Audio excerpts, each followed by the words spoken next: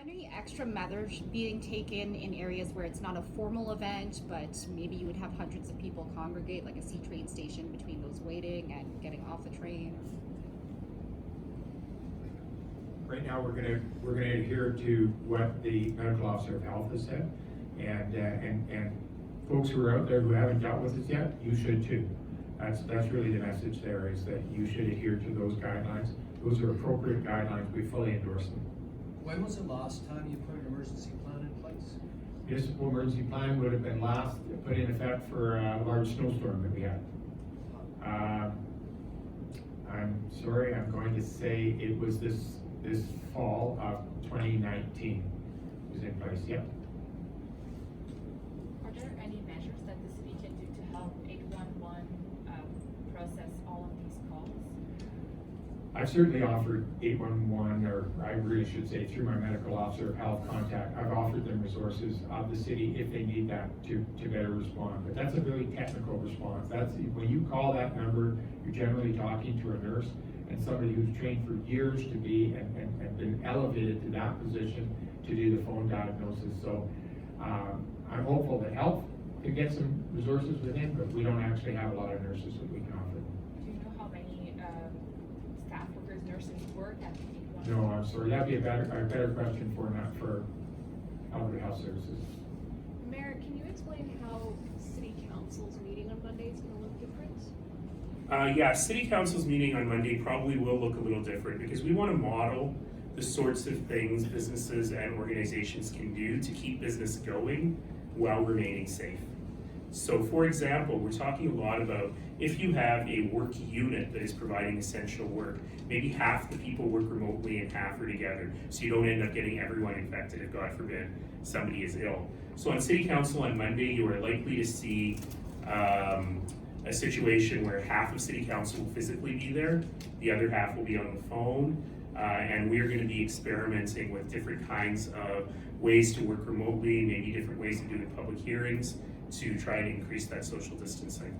I'm not sure if this is a question for you or the chief, but how far into the future are you looking at city-run events that might have to be canceled? So we have an events team that is going to be convening tomorrow to look at city events on a case-by-case basis. The criteria has certainly tightened since we canceled the Safety Expo earlier in the week. So I keep joking that team is going to have the easiest job in the world. They're just canceling everything, but that's not necessarily the case. They really will look at each thing on a risk basis using the assessment tools provided by the Public Health Agency of Canada. So for now, we're looking a few weeks ahead, but I want to be very clear about something. This is not a question of days or weeks. This is likely a question of a new normal for months, because that curve, we have to play through it. So ultimately, it's time to start looking forward as well.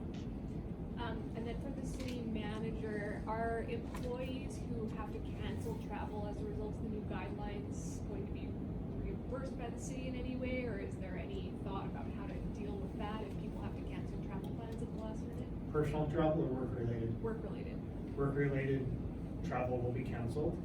That's with the city's responsibility, so we'll be doing whatever we can to look for refunds and things like that. But the onus isn't on the employee to look after work-related expenses. That would be the city of Calgary.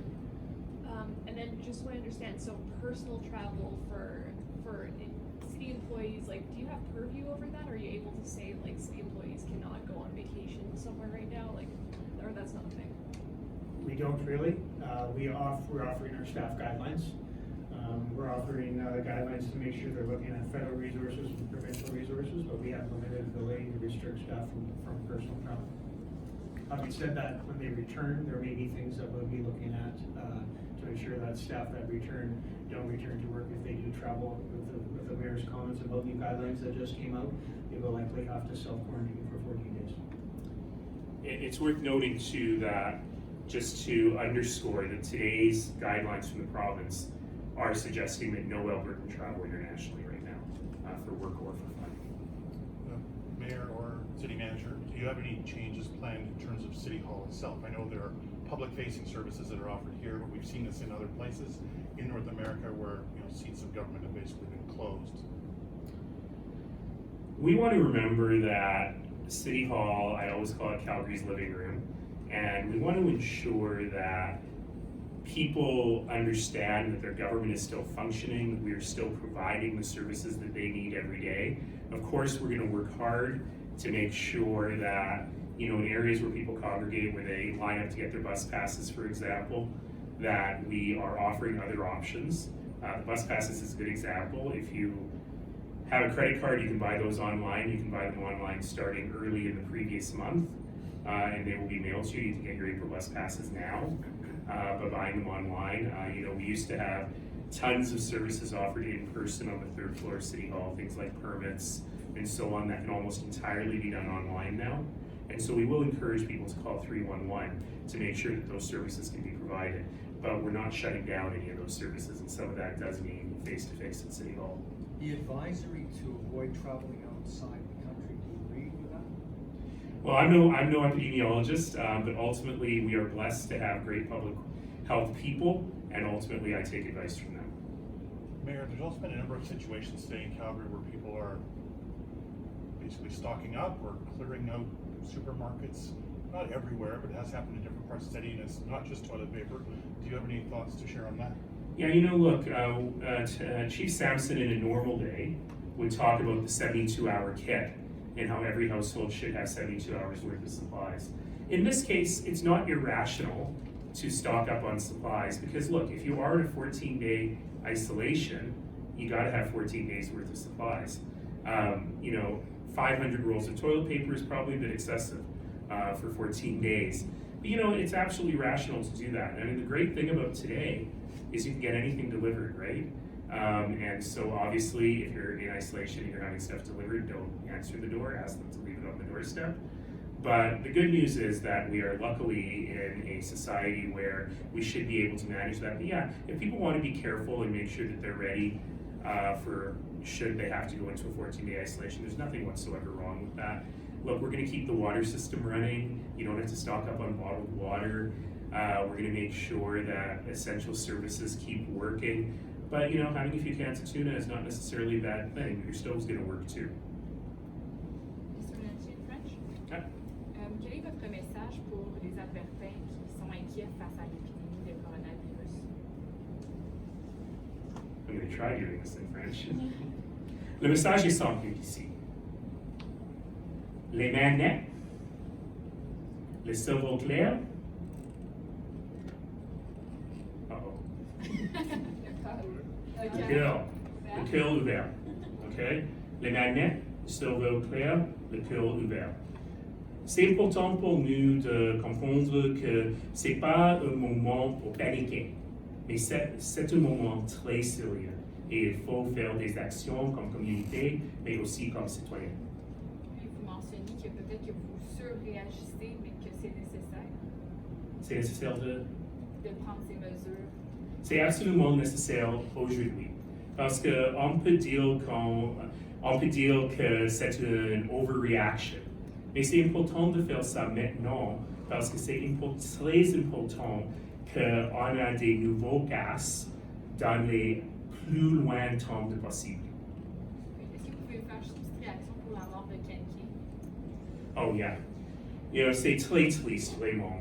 Monsieur King était une grande batture de notre ville. Ses accomplissements professionnels était très très haut dans les médias, dans les sports, mais aussi c'était un bénévole qui fait un exemple pour nous tous. When I'm busy dealing with the pandemic, my French gets very bad. Ultimately, these are things we have to balance because services like the public library are really lifelines for people. And particularly in times where you have social distance, sometimes you're going to need somewhere you can go. And so ultimately, those decisions, if they have to be made, will be difficult decisions. They will come later. That said, I know that most of our civic partners, including the Calgary Public Library, are very busy making sure that things like seniors programs might be canceled. As you've seen, we've been asked to really limit gatherings of vulnerable groups, that children's programs and camps are done in a way that is as safe as possible or perhaps canceled. So we're not at the point where we're talking about closing facilities. Today I was asked for some research and I learned that there's very little evidence that swimming pools, for example, can transmit the virus. The chlorine kills it. So we want to make sure that people are staying healthy, mentally and physically.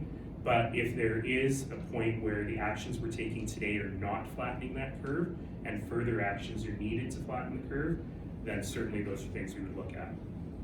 Okay, thank you everyone.